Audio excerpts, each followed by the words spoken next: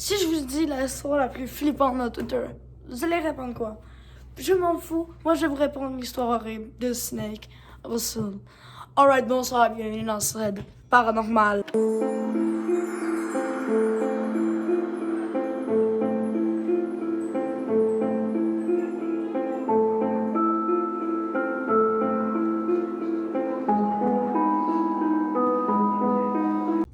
Oui, alors aujourd'hui, c'est l'épisode 3.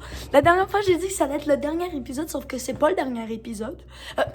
T'as compris, tu me juges pas, t'as compris, hein? Michel, hein, on a compris. Juste avant, n'hésite pas à t'abonner à mon Instagram, qui est RafPNT. Je ne le mettrai pas en description parce que c'est ça que j'ai oublié. Si j'y pense, je vais le mettre en description, ou sinon, je vais oublier, c'est pas grave. Bref, tu m'ajoutes sur Insta, tu mets un pouce bleu, et tu t'abonnes. Tu fais les trois en même temps en mode brrrr, comme ça. Ben, c'est tout. Alors, c'est l'épisode 3, puis je vais vous faire un petit résumé en 20 secondes. Snake Russell est un adulte qui vient rendre visite chez ses parents chaque week-end dans une boulangerie. À chaque fois qu'il y va, il se passe des choses hyper bizarres. Il reçoit des messages vocaux à 2h du matin manqués. Il a reçu 22 appels manqués de sa sœur qui est enceinte et c'est des messages beaucoup trop chelous. Après ça, il voit plus son frère pendant quelques jours parce qu'il est dans sa chambre en train d'écouter de la musique la nuit et de jouer le jour. Bon, on va partir, mais juste avant, je voulais vous dire que vous allez me dire, mais pourquoi, genre, tu fais beaucoup de Stradora en ce moment, alors que, genre, il y a une semaine, t'en faisais énormément pendant 5 jours t'es parti des Stradora, t'en faisais, genre, 1 ou 2 jours. Et puis, pourquoi, là, tu reprends 2 par jour ou 1 par jour? Tout simplement parce que j'ai repris un peu la hype comme ça. Et puis, je vous propose de commencer, voilà. J'ai mon petit iPhone, c'est ce qui va être utile, puis... Et c'est parti, il n'y aura pas de générique parce que sinon, c'est chiant. Il était effrayé par les bruits qu'il entendait dans le grenier. Je vous jure qu'en écrivant ce tweet, j'ai eu la chair de poule. Il y a quelques semaines maintenant, avant même que je dorme sur place pour la brocante, mon frère a été réveillé par des bruits de grattement et de piétinement.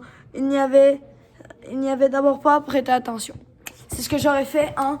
Ça se peut que ce soit des ratons laveurs. J'en ai eu il y a pas très longtemps, il y a environ 6 mois, des ratons laveurs dans mon grenier. C'est commun. Vous voyez, en campagne, c'est commun. Mais si tu habites en grande ville comme Montréal, si tu as des ratons laveurs, ouais, il y a beaucoup de ratons laveurs à Montréal, mais admettons, tu habites dans le centre-ville. Tu habites à 500 mètres du stade olympique. C'est pas normal qu'il y ait des ratons! Oh non! Bon, allez, on reprend. Il y a quelques semaines... Ok, merde, j'ai déjà dit. Ah! Entre l'invasion de souris et l'ancienneté du bâtiment, mon frère a d'abord pensé qu'il s'agissait de bruits normaux.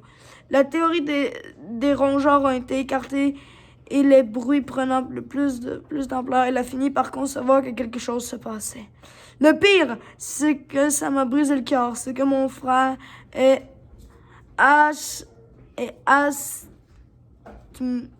asthmatique et que ces angoisses lui provoquent des crises monstrueuses et qu'il se met parfois de longues minutes à s'apaiser.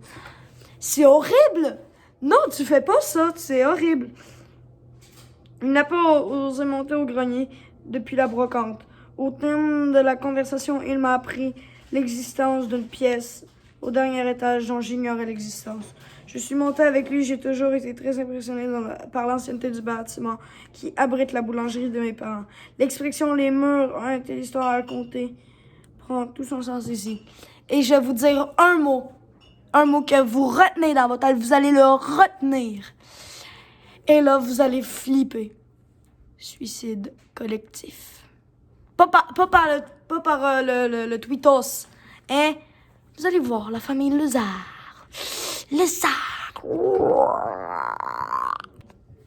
La boulangerie avait plus d'1 siècle d'existence et ses multiples rénovations et aménagements ont quelque peu atténué son charme. Le grenier, lui, a probablement été jamais touché.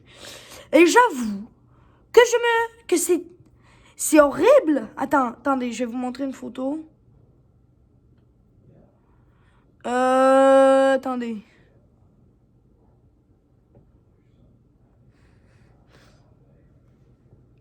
Non mais, on est d'accord? On est d'accord? C'est horrible. Regardez-moi ce grenier. Là, ce truc-là, là.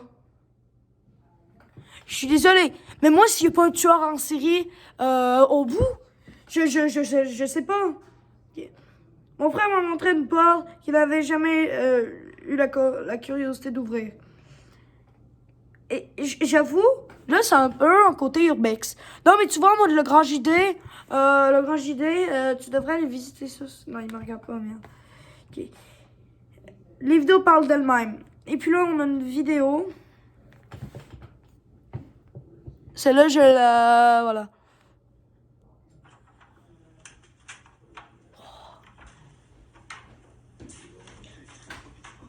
C'est horrible.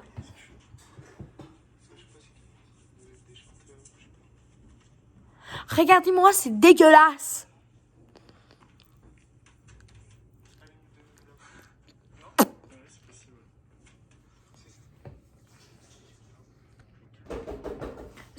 C'est d'après lui et d'après mes parents aussi, après un coup ancien d'une chambre d'apprenti. C'est lugubre. Je me demande comment j'ai pu ignorer l'existence de cette salle pendant presque 5 ans. Je me suis immédiatement senti oppressé dans cette pièce. L'atmosphère a dû jouer sur mon état d'esprit. Mais depuis, hier soir, je n'arrête pas d'y penser. J'avoue que vous l'avez vu sur l'ellipse d'avant. Mais moi, il s'est passé quelques minutes parce que j'ai un petit bug avec ça, là. J'ai un petit bug avec l'iPhone. Même moi, si j'irais... si j'y vais un jour, je me chie dessus, tu vois, je vais arriver... Puis, je suis désolée, voyant la tête de la salle, comment tu peux dire... Ah, c'est bon, vas-y, là. Eh oh. Regardez-moi ça. Ok, j'arrête. Donc, on va lire. Okay. Lundi, j'essaye d'appeler la mairie du village. Il faut que j'en sache plus sur la boulangerie.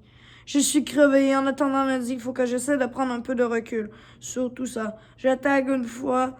Plus le mot serait, hashtag serait flippant, hashtag serait dehors, hashtag serait paranormal. Il faut plus de vie, s'il te plaît, plus d'avis, plus de soutien. C'est ce que j'aurais fait moi aussi. J'appellerais beaucoup de gens. J'ai appelé la mairie du village. Ils n'ont plus d'archives depuis 2001. Elles ont été scannées et sont consultables gratuitement à la bibliothèque du village. Je ne pourrais m'y rendre que mercredi. Je bosse aujourd'hui et demain. Je vous tiens au courant. Mon père m'a appelé ce matin. Visiblement, son boulanger a atteint de saturnisme, une intoxication au plomb. Cette maladie n'existe quasiment plus depuis qu'un demi-siècle. On ne sait pas où il a chopé ça. Mon père a vérifié auprès de la mairie. En 1957, toute la robinet au plomb à la boulangerie a été changée. J'ai traîné sur le net toute la soirée. Et après mes vérifications, il s'avère que la maladie est effectivement rare. Elle touche environ 200 et 300 personnes par an. C'est quand même fou. Demain, je vais à la bibliothèque. Je vous tiendrai au courant. J'ai passé ma journée à fouiner. C'était une expérience excitante et troublante. Donc déjà, il va faire un point définitif. Il va appeler la mairie. Et c'est là que ça va devenir beaucoup trop flippant. Oh, mes yeux, c'est flippant. Ok, j'arrête. Allez, on reprend. La bibliothèque possède une base de données impressionnante, accessible via une connexion intranet. Un moteur de recherche permet de retrouver des articles de journaux, notamment en fonction de la date des documents ou de mots-clés. Les premières traces relatent l'histoire du village et de mes parents datent du milieu 19e siècle. Dans un souci d'anonymat, je ne veux pas que la boulangerie de mes parents soit victime de mauvaises blagues. Je ne citerai jamais le nom de leur village. Sauf que t'as montré des articles, t'as montré des photos de la boulangerie, tu vas en montrer. Donc, ça veut dire que sûrement, que vu la région, on peut trouver ton village. Bref, je suis un peu chiant, oui. Ok. J'ai réussi à récupérer des bribes d'infos. J'ai appris que l'un des ministres de l'Empire de Napoléon III est l'origine du village gentil. Certain orgueil, même si, techniquement, on s'en bat les couilles. Oui, t'as raison. Mais qu'est-ce qu'on s'en bat les couilles, Michel? La boulangerie de mes parents a vu le jour en 1906. C'était l'époque d'une épicerie. Et là, vous allez voir, le thread va prendre un tournant. La famille Lezard et suicide collectif. Retenez ça. Famille Lezard et suicide collectif. Voilà. 13 ans plus tard, en 1919, les deux propriétaires de l'épicerie meurent brutalement. Les locaux sont rachetés et la boulangerie est fondée. Donc là, on voit un vrai article. Voilà, je vais vous montrer comme ça. Voilà, pour ceux qui veulent le lire, faites pause et puis voilà. 1922, un incendie tue les employés et le jeune enfant des propriétaires de la boulangerie. 1924, première fermeture, rachat par la mairie. 1930, rachat et réouverture. 1937, le propriétaire tue son épouse et met fin à ses jours. Fermeture, rachat par la mairie. Et là, on voit un autre article. Donc, ce qui montre... Voilà, si vous voulez faire pause encore une fois, n'hésitez pas. C'est vraiment vrai. 1946, rachat et réouverture. 1956, découverte de cadavres de 3 empensés dans le grenier de la boulangerie. Forte mondialisation de l'opinion publique. L'enquête prenant l'hypothèse d'un règlement de compte. Les 3 apprentis seraient entretués. C'est horrible! Et là, vous allez voir. Bam!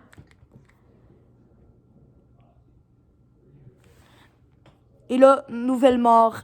Voilà, donc c'est vrai, je pense que c'est réel ce thread. Okay. 1957, troisième fermeture depuis 1960. 4 propriétaires se suicident dans mes parents. Dans mes parents en 2013. What the fuck? Okay. Ça fait beaucoup, je trouve. J'avoue ne connaître pas l'histoire et différents villages qui ne font pas partie de la région parisienne, mais je suis convaincu qu'aucun de leurs boulangeries n'a vécu ces événements. Et là, je vais vous raconter un truc le tweet qui vient après. Donc, c'est ça. Au départ, vers 1945 à 1949, c'était l'après-guerre. Et ça appartenait à la famille Lezard. Il y a eu un suicide collectif de la fille, la mère et la sœur. Après avoir été décrétée comme folle, après avoir entendu des bruits dans cette pièce. Donc la pièce où est-ce qu'il était tantôt, où est-ce qu'il se sentait oppressé, la pièce où est-ce qu'il y a le grenier, c'est là où est-ce qu'il y a eu le suicide collectif de 3 filles. Et c'est horrible. Et vous allez voir ce qui suit après. Je ne sais pas quoi penser. Dois-je considérer tout ça comme le simple fruit du hasard, une simple coïncidence? Je suis perdu. Je vois mes parents ce week-end. J'ai peur d'évoquer ce sujet avec eux. Pour me confronter à leur scepticisme, être mon frère pourra peut-être m'aider. Je tag encore, serait d'horreur, serait flippant, serait paranormal. J'ai besoin de votre soutien. Je devrais me débrouiller pour les réponses.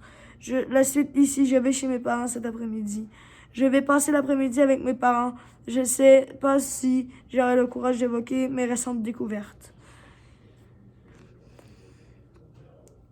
Bon, visiblement, ils sont plus réceptifs que je ne le pensais. Ma mère voit un peu plus de simples coïncidences troublantes. Mon père, quant à lui, il est pas mal superstitieux et il croit que j'ai vu un peu ébranlé.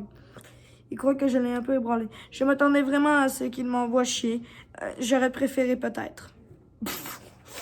Ok, non mais tu vois, ça peut... Oui, un peu plus de sérieux dans les threads parce qu'avant, je déconnais trop. Je sais pas pourquoi je claque mes doigts. Mais le 3e épisode, c'est le final de Snake Russell. En gros, ils m'ont expliqué que le jeune couple qui leur a vendu la boulangerie et qui leur joué leur pâteur dessus s'est installé seulement à quelques kilomètres. Mon père m'a certifié qu'il n'aura jamais pu s'installer ici et que si les vendeurs qui visiblement étaient pressés de se séparer du bien et n'avaient pas annoncé le prix inférieur à ce que le chiffre d'affaires leur permettait d'envisager. Et comme pour ajouter de l'eau à mon moulin, mon père m'a raconté que tous les mois, pour venir chercher le chèque du loyer propriétaire, tenait à rester l'extérieur, qu'il vente ou qu'il pleuve. Je sais pas si... ma mère m'a aussi appris que la vendeuse de la boulangerie qui avait travaillé pour les anciens propriétaires avait assisté à des scènes dérangeantes. Les petits garçons qui avaient 4 ans à l'époque avaient peu à peu cessé d'être propres. Ils restaient parfois de longues minutes debout, moutiques à observer le plafond, puis pouvaient dans la foulée exploser dans une formidable crise. Et hystérique, ses parents étaient complètement dépassés. Mais vous allez savoir le pire, c'est le tweet qui vient après. L'enfant était aussi victime de terreur nocturne, qui épuisait de ses parents. Ne pouvait pas baisser quand le couchant avec eux. Il dormait visiblement dans le salon, où j'ai passé une nuit affreuse et qui était dans l'époque de la chambre. Et vous voulez savoir le pire? C'est qu'on a fini avec Twitter. Il reste un tweet que j'ai gardé en tête. C'est qu'il n'y a pas que ça. Il y avait des mines d'une pierre que je ne sais plus le nom, minée par des enfants. Et vous voulez savoir le pire? C'est que leur cadavre a été resté là. Donc oui, cette boulangerie est maudite. Et oui, ce serait beaucoup trop flippant. Bref, je vous fais l'outro et c'est fini pour le thread de Snake. Ressort. Et voilà les amis, j'espère que vous avez aimé cette vidéo. J'adorais faire cette vidéo avec vous. N'hésitez pas à laisser votre avis, que ce soit en pouce bleu, pouce rouge ou commentaire. N'hésitez pas à vous abonner à la chaîne et à partager la vidéo. J'espère vous accompagner dans vos pires cauchemars. Allez, salut!